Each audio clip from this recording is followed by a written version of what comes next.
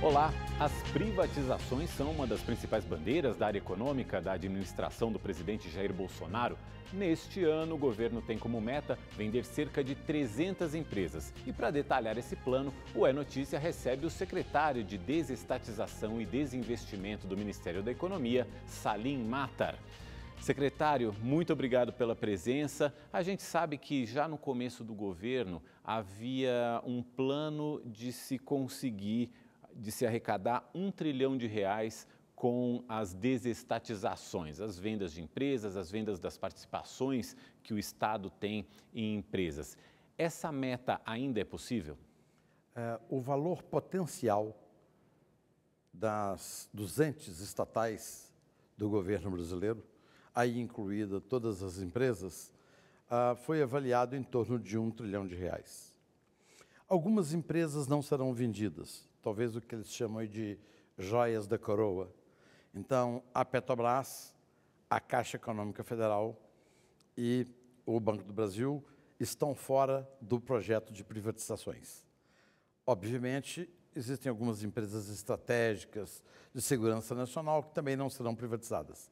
Mas esse é o valor potencial de todas as empresas que pertencem ao governo. Mesmo sem essas chamadas joias da coroa? Não, esse valor é com as joias da coroa. Incluem as joias da coroa. Exato. Então, a gente pode deduzir que não, ao final do governo a gente não chega nesse valor de R$ 1 trilhão?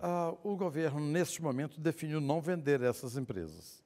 Se essas empresas, por algum momento, por alguma circunstância, o governo decidir se desfazer delas, a meta será atingível.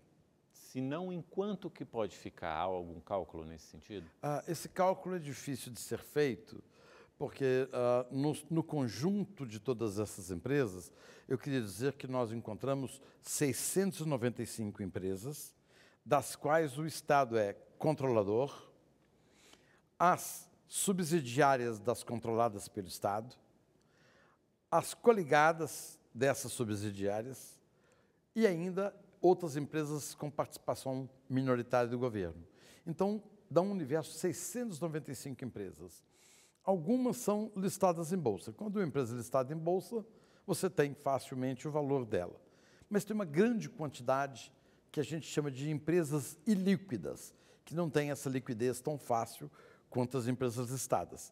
Então, essa conta que chegamos a esse valor, ela varia muito de acordo com a Bolsa Brasileira, de acordo com commodities, por exemplo, preço de petróleo, preço de aço, preço de ferro. Então, esse valor pode variar, não temos especificamente assim, o valor por segmento. E quanto o mercado estiver disposto a pagar pelas empresas também. É fato. E o mercado hoje está ansioso, porque todas as empresas que foram desestatizadas até agora foram feitas com um pleno sucesso. Então, você viu, a maior operação foi a TAG, é uma subsidiária da Petrobras, foi muito bem vendida, ou seja, o mercado estava ansioso por ter esse ativo privado. Nós, logo depois, vendemos também o controle da BR Distribuidora, também por um bom preço, e o mercado estava ávido por comprar esse ativo. Então, os ativos de governo, em sua grande maioria, são bons ativos. Então, não teremos dificuldade em colocar esses ativos no mercado. Secretário, nessa conta entram também os imóveis do governo ou a gente só está falando das empresas? Estamos falando apenas das empresas estatais. Mas os imóveis também existe um plano de, ao longo do tempo, o governo ir diminuindo a quantidade, que é uma quantidade enorme de imóveis que estão de posse da União. Sim, nós encontramos lá cerca de 750 mil imóveis, ou seja, talvez seja a maior imobiliária do mundo. Desses 750 mil imóveis, nós temos cerca de 280 mil imóveis, que são imóveis que estão em área que pertence, pela legislação brasileira, à Marinha, mas que pagam laudêmio ao governo federal.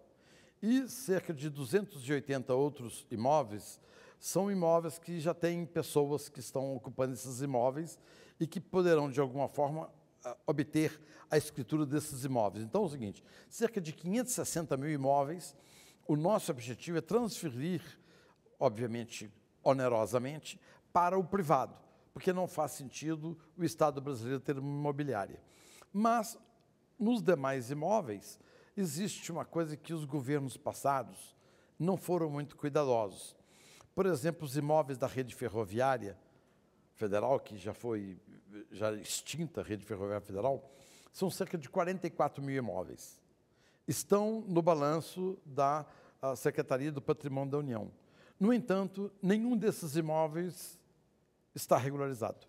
Então, ou seja, o nosso trabalho agora é fazer uma coisa que os outros governos não fizeram, que é regularizar esse portfólio de imóveis do governo. Primeiro precisa regularizar para depois vender. Para depois vender. Para esse ano, o senhor anunciou uma meta de arrecadar 150 bilhões de reais, referentes aí à venda de cerca de 300 ativos da União. Que ativos são esses e o quanto a privatização da Eletrobras vai contar para atingir essa meta? Ok. Os 150 bilhões será a meta de 2020. No ano de 2019, a nossa meta era 80 bilhões de reais. Nós fizemos 105 bilhões e vendemos 71 ativos, entre subsidiárias, coligadas e participações. Então, vendemos 71 ativos. Para este ano, pretendemos vender 300 ativos e arrecadar 150 bilhões. Nós precisamos, este ano, e está dentro do nosso plano, nossa meta de 2020, a Eletrobras é uma grande empresa, precisa de capital e o governo não tem como mais alocar capital nessa empresa e ela precisa ser capitalizada. Então, está nos planos do governo privatizar a Eletrobras.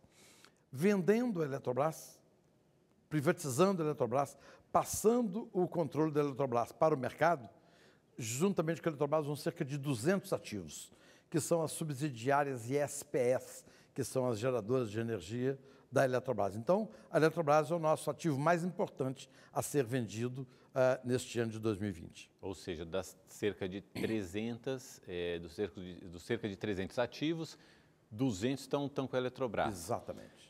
Só que para privatizar a Eletrobras, o governo precisa de uma autorização do Congresso Nacional via projeto de lei. Como é que está essa negociação com o Congresso? O Senado está um pouco mais resistente a isso. O presidente do Senado, Davi Alcolumbre, disse que gostaria que o governo mantivesse algum tipo de cláusula de veto, de poder de veto dentro da empresa, por ser uma empresa estratégica, setor elétrico. Como é que está essa negociação? Esse PL já está sendo negociado com os nossos congressistas. O Rodrigo Maia, presidente da Câmara, já se pronunciou diversas vezes favoravelmente à capitalização da Eletrobras. Por que capitalização? É porque ela precisa de capital. O governo não tem mais dinheiro. Por exemplo, lá na Esplanada, no diversos prédios, diversas secretarias, como a nossa, até o cafezinho já foi cortado desde o mês de setembro. Então, já não tem mais nem dinheiro para o cafezinho. Então, ou seja, nós recebemos o Estado... Você está tendo que levar o cafezinho de casa, é isso? Exatamente. Então, nós recebemos um Estado quebrado. As contas públicas estavam esfrangalhadas. Então, nós estamos tentando colocar a casa em ordem. E para colocar a casa em ordem, o que faz sentido é capitalizar a Eletrobras com o dinheiro que ela necessita, com o dinheiro do mercado.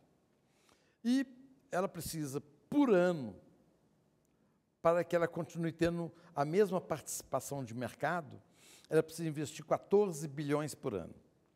Ela só gera 3 bilhões, que seria possível para ela fazer investimento. Faltam 11 bilhões.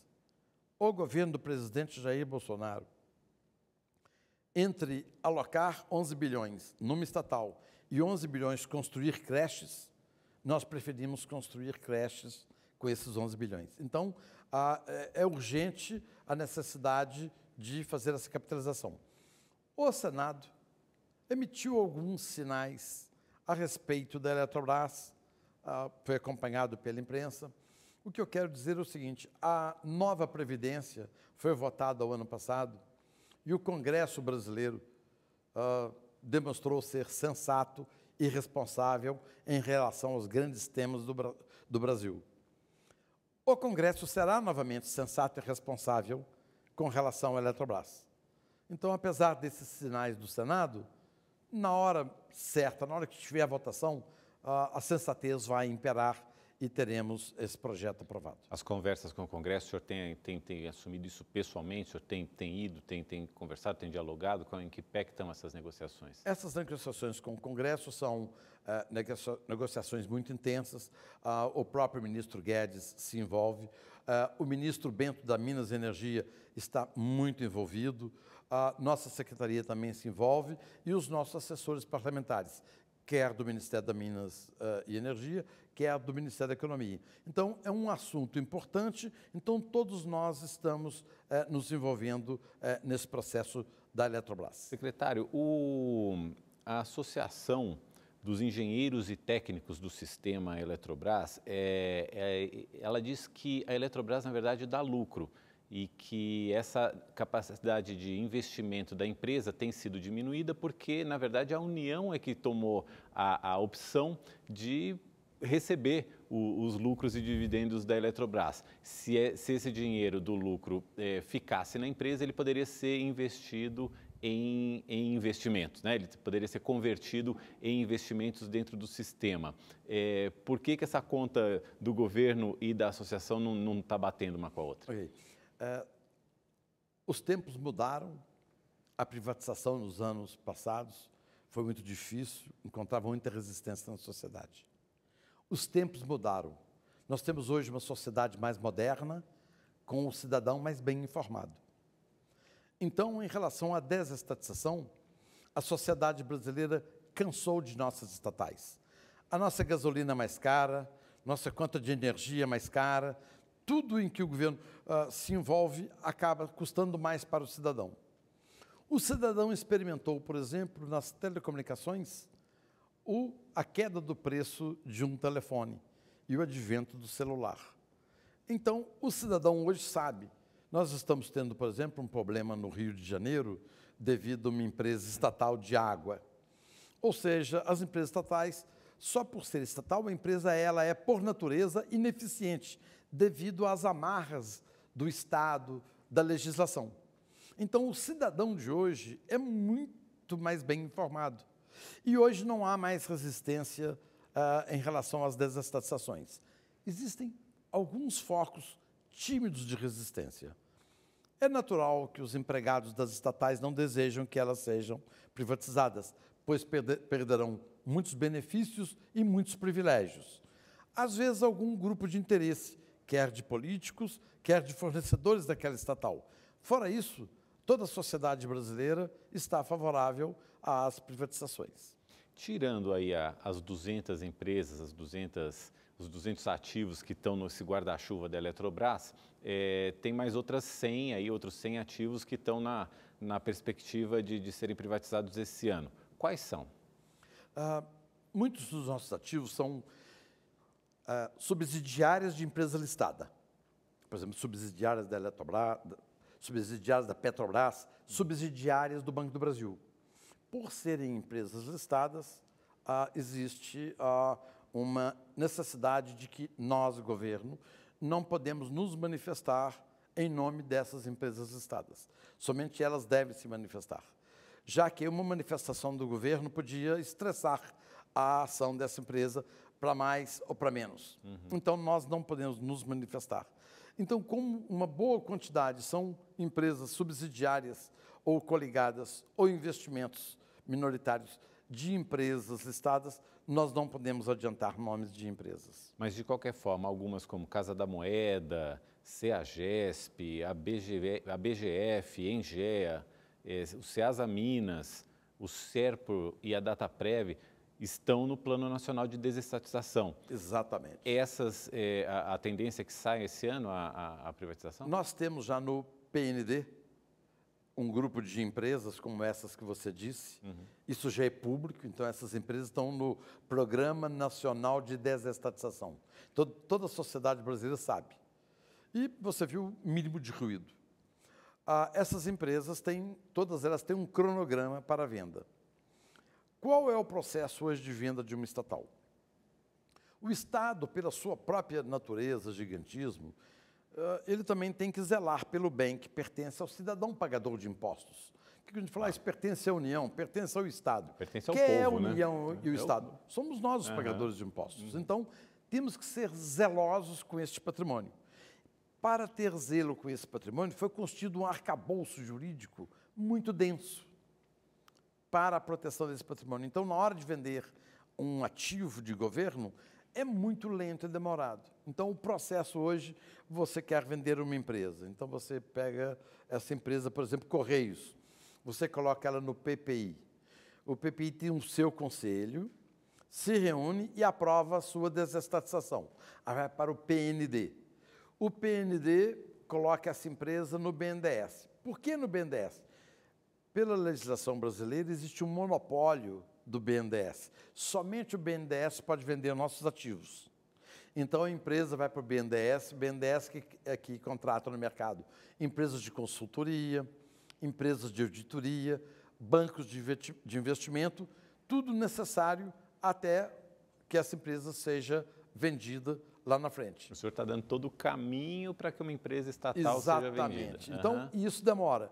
Em governos passados, teve um certo governo que vendeu 35 ativos. A média foram de 30 meses naquele período. A empresa que vendeu mais rápido se vendeu em 1 ano. A que demorou mais tempo demorou 6 anos, com um prazo médio de 30 meses. 30 meses. Então, veja como são difíceis as coisas no Estado. Isso na iniciativa privada, você já viu diversas transações aí no mercado. Transações, às vezes, podem acontecer em 60, 90 dias, já está liquidada a operação. Então, o Estado, então, é mais lento. Nós esperamos, nós temos ainda este ano a ABGF, a Engea e a Casa da Moeda estão previstas para este ano. Para o ano que vem, está previsto o Serpro, Dataprev e outras mais. Em relação ao Serpro e o Dataprev, que são empresas do governo que fazem processamento de dados e que têm em sua base de dados, por exemplo, todos os CPFs, todos os CNPJs do Brasil, Carteira Nacional de Habilitação, a questão dos benefícios da Previdência. Não é temerário entregar empresas como essas para a administração privada? Ótima pergunta. Nos Estados Unidos existe o Pentágono. O Pentágono é o centro da inteligência americana, da inteligência militar americana. Os dados do Pentágono são gerenciados por uma empresa privada chamada Microsoft. Se os dados do Pentágono são terceirizados por uma empresa privada, por que as nossas empresas não poderiam tê-lo? Mas você deve ter visto aí na imprensa recentemente que vazaram dados dos servidores públicos e que no mercado isso vazou, trouxe constrangimento. E são empresas estatais. Você não ouviu falar que ninguém foi demitido, processado, você não ouviu nada. Então, é o seguinte, isso já acontece. Mas tem vazamento em empresa pública também. O Facebook mesmo, de vez em quando, tem problema de empresa privada também, de problema de vazamento de informações, de dados de usuários ali.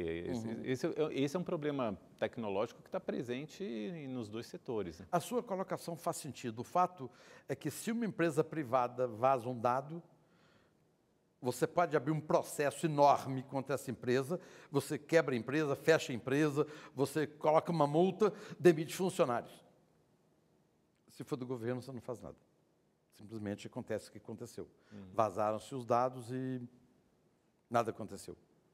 Então, por isso que é importante que isso seja privado, porque privado você consegue responsabilizar alguém, e quando é público é difícil, é muito nebuloso essa responsabilidade. De qualquer forma, Dataprev e Serpro devem ficar para o ano que vem? Sim, 2021.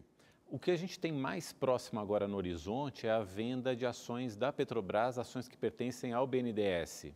Em termos de, entre aspas, privatização, é o que a gente tem mais próximo de acontecer? Essa é um desinvestimento. O BNDES possui um grande lote de ações da Petrobras e anunciou recentemente a sua venda, que vai ser alguma coisa mais de 20 bilhões de reais. Então, o que o BNDES vai fazer com esse dinheiro? O BNDES, com esse dinheiro, vai pagar o que deve o Tesouro. O BNDES deve cerca de 200 bilhões ao Tesouro. E o que o Tesouro vai fazer quando receber essa dívida que o BNDES tem com o Tesouro. Nós vamos reduzir a dívida externa, a nossa dívida de governo.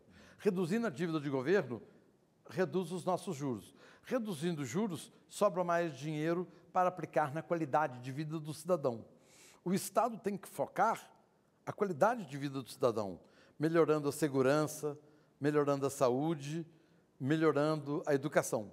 Estado, como o brasileiro, não tem que ter um portfólio de ações, de investimentos. Ele tem que zelar para que o cidadão seja mais feliz nesse ambiente brasileiro. Se a venda dessas ações chegar mesmo a 20 até 23 bilhões, como o mercado vem falando, quanto desse total é repassado ao Tesouro? Na realidade, o BNDES já tem caixa, e isso vai para o caixa do banco. O banco tem que ter um compromisso porque em governos passados, foi muito bom a gente tocar nesse assunto de BNDES. Em governos passados, em vez de nós fazermos uma extensão da linha do metrô de São Paulo, o governo petista preferiu financiar um metrô em Caracas. Em vez de construir um novo aeroporto em algum mercado, alguma cidade que precisasse, construiu-se um aeroporto na África. Construiu-se hidrelétrica na Nicarágua. Construiu-se estradas em outros países. Então, foi muito dinheiro que foi investido em outros países. Eu pergunto o seguinte, ainda que seja legal, porque a lei permite que o BNDES possa financiar países amigos, ou ditaduras amigas. Eram empresas brasileiras construindo, fazendo essas obras em outros países, Em outros países, países amigos, a maioria deles de ditadores. Mas eu pergunto o seguinte, isso foi ético? Em vez de construir um metrô em São Paulo, construir um metrô em Caracas. Então, isso a sociedade brasileira está consciente, por isso que hoje não existe mais em nossa sociedade resistência ao processo de desestatizações. Tá bem, mas vamos voltar para o dinheiro das ações da Petrobras. Entrando esses 23 bi no cofre do BNDES, quanto que isso é repassado ao Tesouro? Ok, obrigado, desculpe-me. Entrando esse dinheiro vai para o caixa do BNDES. O BNDES já tem um bom caixa. O BNDES tem uma dívida com a União. Então, esse dinheiro vai para pagar a dívida da União. Uma parte desse dinheiro vai pagar imposto de renda, porque a ação esteja talvez num valor, vendeu-se para um outro valor, tem um lucro, então tem imposto de renda, então uma parte vai para o imposto de renda e uma parte vai para o caixa do BNDES para pagar o que deve à União. Tá bem. Quem vai poder comprar essas ações? Eu posso comprar, se eu quiser? Sim, é público essa colocação. O bom é que a empresa listada, nos outros países, chama-se de public, ou seja, empresa pública. Qualquer um pode comprar.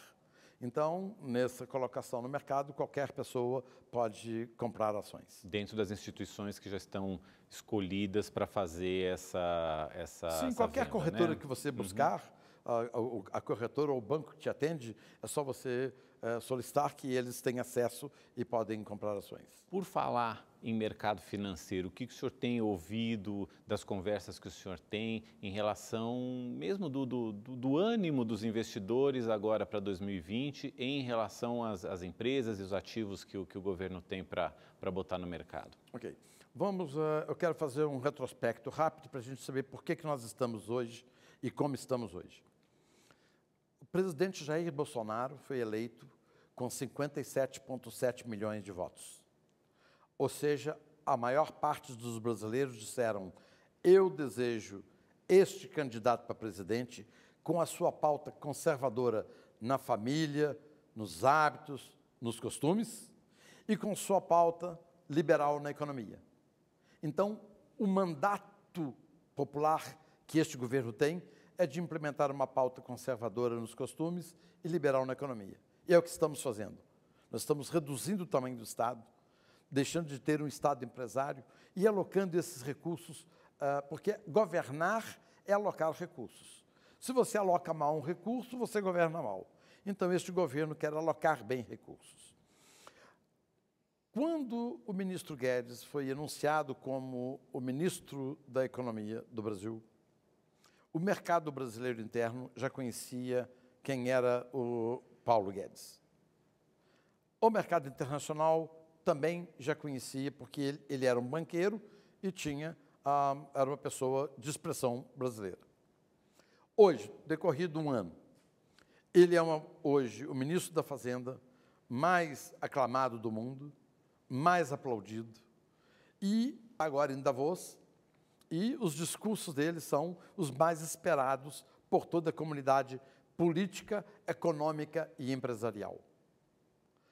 Então, há uma grande fé do capital estrangeiro em relação a esse governo liberal. Eu quero usar a palavra fé mais do que de confiança, porque o Brasil é um país emergente espetacular. Nós somos um emergente que tem todo o estilo de vida e todo o nosso sistema é ocidental. Então, diferentemente da Índia ou da China, que são grandes países, o Brasil é plenamente ocidentalizado. Então, este capital estrangeiro elegeu o Brasil como o principal país para investimentos. E por ser um grande país com 210 milhões de habitantes, as obras aqui, por exemplo, de infraestrutura, são grandes obras, são rodovias de 2, 3 mil quilômetros, ferrovia de 1.000, 2.000 quilômetros. Então, as obras que são muito grandiosas num país de 210 milhões de habitantes. Então, existe hoje no mundo 1 trilhão e 500 bilhões de capital, de dólares, sobrando no mundo, querendo investir principalmente em geração de energia, que nós temos muito, transmissão de energia, distribuição de energia. Depois, saneamento e infraestrutura. E é exatamente o que nós estamos fazendo no Brasil. Infraestrutura, portos, aeroportos, rodovias, Exatamente. ferrovias. Ferrovias, tudo isso. Mas então, esse capital está mais interessado nessa área de infraestrutura e essas 5 áreas que o senhor citou, ou também tem capital disponível para comprar a empresa pública que está sendo vendida? Este capital está mais interessado em obras de infraestrutura, porque são grandes investimentos de longo prazo. Já existe uma forte presença de fundos e capital estrangeiro no Brasil, que já estão atuantes aqui na Bolsa Brasileira. Mas para uma Eletrobras, por exemplo, teria interesse? Sim. Porque quer entra capital na parte nacional, de energia. quer capital estrangeiro, tem um grande interesse. Quanto mais interesse tiver, melhor o preço, apuramos o melhor preço para esse ativo que vamos vender, que pertence ao cidadão pagador de impostos. E para lembrar para você o seguinte, estamos num ótimo momento da Bolsa Brasileira. Durante o período da presidente Dilma, a nossa Bolsa estava a 38 mil pontos.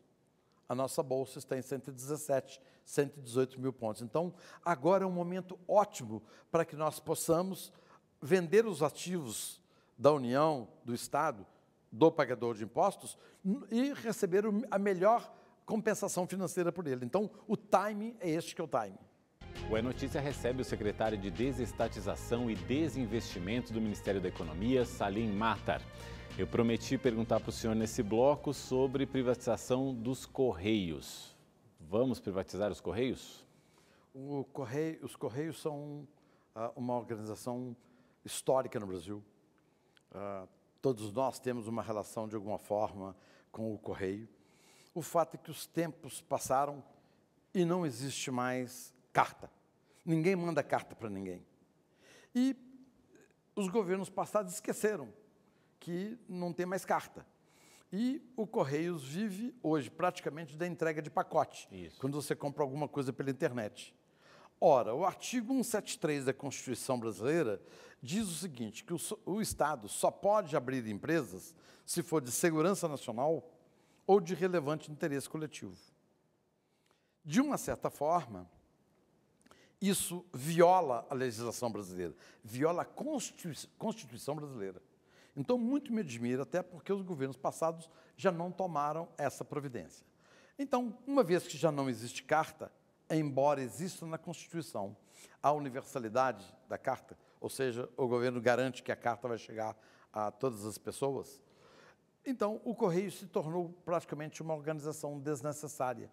E hoje é uma organização que entrega pacotes. O Correios, além disso, é emblemático porque foi lá que nasceu o mensalão. Então, ele serviu de propósito de um partido político para comprar apoio político. Fora isso, o Correio se deteriorou ao longo dos anos. Ele foi, no passado, uma grande empresa, com serviço de qualidade, mas ele se deteriorou. E hoje é uma empresa quebrada.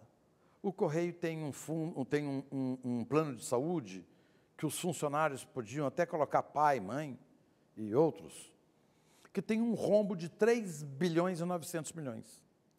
E esse rombo vai ter que ser coberto por quem? Obviamente pelos funcionários do Correio e por todos os cidadãos brasileiros. Você, inclusive, eu, todas as pessoas que nós conhecemos, vamos pagar por isso. Eu pergunto, é justo que nós, a sociedade brasileira, paguemos por um rombo no plano de saúde do Correio? Podia colocar pai, mãe, avó e companhia? Essa é a primeira coisa. Ainda dentro dos Correios, eles têm um fundo previdenciário que se chama Postales. Esse Postales ficou famoso quando comprou títulos da dívida da Venezuela. Claro que isso já perdemos esse dinheiro todo. Esse fundo de pensão dos funcionários tem um rombo hoje de 11 bilhões. Quem vai pagar os 11 bilhões? Os funcionários vão pagar uma parte, eu, você e toda a sociedade brasileira vamos pagar a outra parte. Então eu pergunto, é justo, é ético que todos nós brasileiros paguemos o plano de saúde e o plano de previdência do Correios? Agora, secretário, se os critérios forem esses, a Petrobras vai ter que ser privatizada também, porque a Petrobras deu origem ao Petrolão, também tem problema com fundo de pensão, com plano de saúde. Se o critério for esse, eu acho que a questão dos Correios é que, de fato, se tornou uma empresa que hoje a gente pode até questionar o serviço, né? Se vale a pena o Estado manter um serviço desse na sua jurisdição, ali, um serviço de entrega de encomendas. Mas é a única empresa de entregas que está presente no país inteiro. Privatizar essa empresa não pode gerar um monopólio privado? Não tem uma questão de regulação que precisa ser vista antes da privatização? Interessante a sua colocação. A empresa que tem maior distribuição no Brasil chama-se Caixa Econômica Federal. 13 mil pontos no Brasil. 13 mil. Mais que o dobro do Correio. Mas distribui encomenda? Não, são as lotéricas que você paga conta de luz, você joga na loteria, você faz depósito, paga conta. Então, as lotéricas são hoje um centro prestador de serviço privado. A entrega da carta pode ser feita pelos cartórios ou pela Caixa Econômica Federal. Então, ou seja, nós temos mais distribuição do que o Correio. Então, ficou essa questão, o Correio que distribui, quem vai entregar aquela carta? Nós temos outras alternativas. Então, na hora certa, nós vamos trazer para a sociedade essas informações de que, por exemplo, nós temos mais que o dobro de pontos numa plataforma da Caixa Econômica do que do Correios. Em termos de processo legal para fazer a privatização do Correio, é preciso mudança na Constituição? Nós precisamos do seguinte, existe hoje constitucionalmente a universalização da carta, e é um monopólio. Uhum. Então nós teremos que quebrar esse monopólio. Nós só queremos quebrar o monopólio. Se quebrar o monopólio, pode até continuar o Correio entregando carta, mas nós vamos ter que pagar, a sociedade brasileira vai ter que pagar o custo, o prejuízo dessa empresa. Uhum. Então você tem razão, é constitucional e tem que quebrar esse monopólio para poder seguir adiante. O senhor tem falado muito numa espécie de um atalho, de um caminho mais curto para que as privatizações saiam num período de tempo menor, né? O senhor falou que a média é de 30 meses, o senhor acha que dá para reduzir para uns 20 meses mais ou menos. E isso teria que ser feito via projeto de lei, o senhor tem chamado de fast track, é uma expressão em inglês para designar esse atalho, esse caminho mais rápido. Do que se trata exatamente esse fast track? Lembra-se que eu falei para você que quando nós vamos privatizar uma empresa, nós temos que primeiro convencer o ministro setorial a colocar uma empresa no PPI. Por exemplo, o Correio está hoje no PPI. Depois de algum período de tempo, o PPI faz estudos, reúne o conselho do PPI e é discutido se essa empresa vai ser privatizada ou não. Uma vez que o conselho decide, ela vai para o PND. O PND, por sua vez, coloca essa empresa no BNDES, que o BNDES tem um monopólio de vender as empresas. E o BNDES é uma empresa pública, então ela tem que seguir a 8666, que é uma lei que tem certos processos. Então, na hora de contratar consultoria, auditoria ou bancos, é um processo lento. O Fast Track objetiva encurtar esse espaço e quebrar o monopólio da venda de empresas, que hoje vai para o PND e para o Correio, para o BNDES. O Fast Track faz com que nós tenhamos a possibilidade também de vender essas empresas sem passar por esse processo todo. Então, com isso, nós esperamos encurtar quase que pela metade o prazo para se vender essas empresas. Vendendo essas empresas mais rápido, nós estamos desonerando o cidadão pagador de impostos, porque a maioria dessas empresas, como o próprio Correios, são empresas deficitárias. Como seria, então, pelo Fast Track, ele sendo aprovado pelo Congresso, como é que passaria a ser esse processo Vai de venda? uma lista de empresas, o Congresso aprova, e essas empresas não precisariam passar pelo processo de PPI, PND, BNDES. Então, essas empresas, nós mesmos faremos todo o processo de venda dessa empresa. Então, seria um ambiente competitivo entre o BNDES e nossa secretaria, de forma a ter 2 canais alternativos. E um não inviabiliza o outro. Nós podemos ter algumas empresas no BNDES, podemos ter algumas empresas vendendo diretamente, para poder acelerar esse processo. Nós temos ainda 3 anos de governo, já se passou um ano de governo, nós temos 624 ativos a vender. Claro que hoje, se fosse feita uma eleição, o presidente Jair Bolsonaro seria reeleito, mas nós não queremos contar com esses outros 4 anos. Nós temos que fazer o nosso dever de casa até 2022. E nesse caso, então, se o BNDES não fosse usado para fazer a privatização, poderia ser um banco privado, por exemplo? Sim, poderia ser um banco privado. E nós podemos fazer isso de uma forma como se faz na iniciativa privada. E o BNDES hoje é uma instituição formidável, tem um passado muito bom de prestação de serviço. O BNDES hoje, na administração do Montesano é um banqueiro. Pela primeira vez, o BNDES está tendo um banqueiro à frente do banco. E o BNDES vai ser um banco de saneamento, de financiamento da infraestrutura, ajudando o governo federal, os governos estaduais e os governos municipais em iluminação de praças, saneamento, infraestrutura. Esse é que é o papel do BNDES. Não é o papel de, como foi em certos governos, de emprestar dinheiro para grandes empresas. Grandes empresas não precisam de dinheiro do BNDES. Elas vão ao mercado e tomam dinheiro, lançam debêntures, fazem uma operação de capitalização da empresa via bolsa. Enfim, não precisa mais de ter o capital estatal. Ainda mais num cenário em que os juros estão baixando, né? Isso torna o crédito mais atraente. O secretário Salim Matar, além de hoje comandar a pasta da desestatização, ele é um empresário, ele é fundador da maior empresa da América Latina em locação de veículos. Como tem sido a sua experiência de tantos anos como empresário no setor privado, esse um ano que o senhor já passou no setor público? Dá uma certa agonia de que as coisas não andam na velocidade que o senhor gostaria que andassem? Bem, eu estou muito feliz de ter ido para o setor público. Eu estou tendo uma nova experiência na minha vida profissional. Claro que governo é diferente da iniciativa privada, mas também é divertido. O governo também é divertido, mas é muito lento. É muito lento o governo. As coisas não acontecem. Há muita burocracia, muita reunião. Então, as coisas são muito lentas. Isso eu não me adaptei, nem vou me adaptar.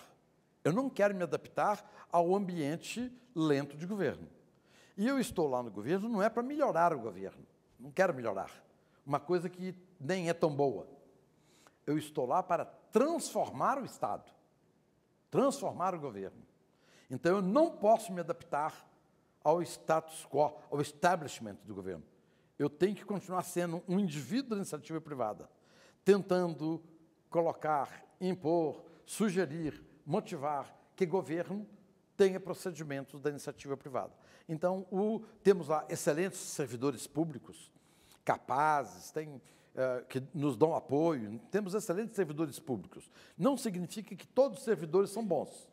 Na iniciativa Mas privada existe uma avaliação. Você sabe quem é o bom, o médio e o ruim. No governo não tem avaliação. Então, mas a gente sabe que Mas tem existe bons um quadro técnico bem capacitado. Eu não sei nem se o senhor chegou a se surpreender com a qualidade. Sim, a qualidade é muito boa. Eu acho pouco produtivo, mas a qualidade dos nossos servidores é muito boa. Pelo menos dos servidores com quem eu mantenho relacionamento. Mas olha, igual médico, igualzinho empresário, os servidores também têm os ótimos, os médios e os ruins. Em toda atividade humana tem sempre isso, ok? Agora, o que me chama a atenção é a velocidade, a agilidade, disciplina, horários. Tudo isso é muito lento no governo. Eu não posso me adaptar a isso. Se um dia eu me adaptar a isso, significa que eu fui convertido. Aí não precisa mais de mim no governo. Então, eu sou uma pessoa que estou no governo para fazer uma disrupção no governo. Esse é o legado que o senhor quer deixar? Exatamente.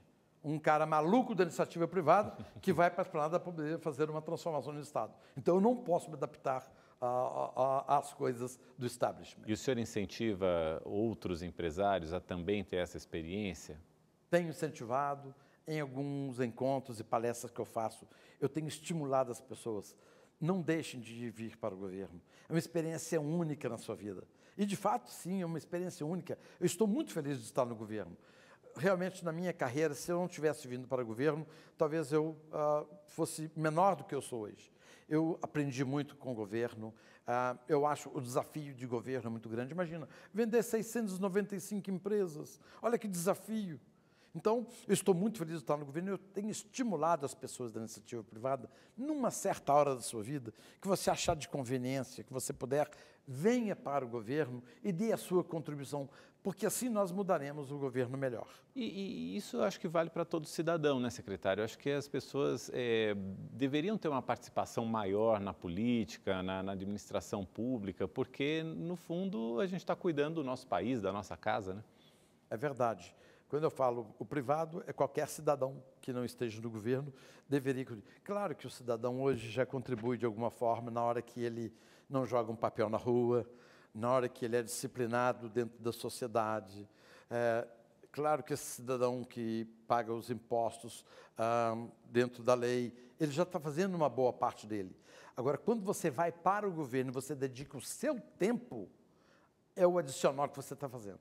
Então, eu tenho estimulado as pessoas a, por um período de tempo, vá ao governo, participe do governo, que vale a pena, é uma experiência única. O senhor historicamente defende o liberalismo na economia e hoje faz parte de um governo de tendência liberal. Agora, dentro do liberalismo, qual que deve ser o papel do Estado no combate à pobreza e às desigualdades sociais? Ótimo. Pela primeira vez na história do Brasil, nós temos um governo liberal. O que tem acontecido na Europa, na Austrália, na Nova Zelândia? Tem acontecido o seguinte: os sociais-democratas vêm no governo, gastam demais da conta e estragam as contas públicas. Aí os liberais vêm, consertam e, daí a pouco, com as contas em dia, a esquerda vem com o seu discurso e retoma o poder, fica um período no poder, destrói as contas, vêm os liberais para consertar de novo. Assim aconteceu com o Reagan nos Estados Unidos, com Margaret Thatcher na Inglaterra e aconteceu também em outros países. E aqui também não vai ser diferente. A alternância de poder é parte do sistema democrático. Então, os liberais não vão ficar aqui a vida inteira, vão ficar um período de tempo. Então, nós temos que mostrar a que viemos aqui. Então, primeira coisa, nós precisamos organizar as contas públicas. E, naturalmente, aqui no Brasil, fala o seguinte: tem muita pobreza no Brasil, a distribuição de renda é injusta. Verdade. Existe uma grande pobreza no Brasil e a distribuição de renda é injusta. É assim. Por quê? Porque nós temos Estado demais. O Estado é grande demais. O Estado custa hoje para o cidadão 5 meses de salário por ano. Um cidadão normal trabalha 12 meses, 5 meses para pagar imposto. E ele não sabe disso. E mais, o cidadão brasileiro, ele não tem a contrapartida de serviços que deveria ter. Ele paga esses impostos quando ele compra arroz, feijão, café. Ele paga imposto, está embutido ali imposto. Claro. E esse imposto deveria reverter para ele ter um bom hospital quando ele precisar, para ele ter segurança de sair caminhando com sua filha à noite, passeando. Ele deveria ter uma boa escola para os seus filhos. Porque aí vale a pena pagar imposto, né? Sim, mas essa contrapartida o governo não dá. Por que ele não dá? A distribuição de renda, porque o governo gasta muito. O governo brasileiro ele é gigantesco, ele é obeso, lento, burocrático e ainda interfere na vida do cidadão e do empresário. Então nós temos que reduzir o tamanho do Estado.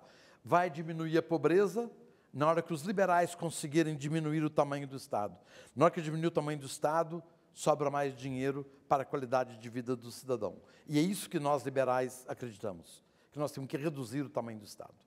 O senhor, na sua carreira como empresário, enfrentou uma série de situações de risco, inclusive quando abriu a sua empresa, em plena crise do petróleo.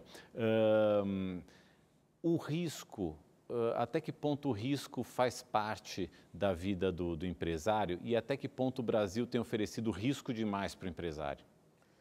O risco é da natureza do empresário. Na hora que qualquer empresário, empreendedor, abriu uma pequena empresa, uma porta de uma padaria, qualquer coisa que ele abriu, a partir daquele momento ele está no risco de não dar certo, no risco das despesas serem maiores do que as receitas, de ele perder seu patrimônio.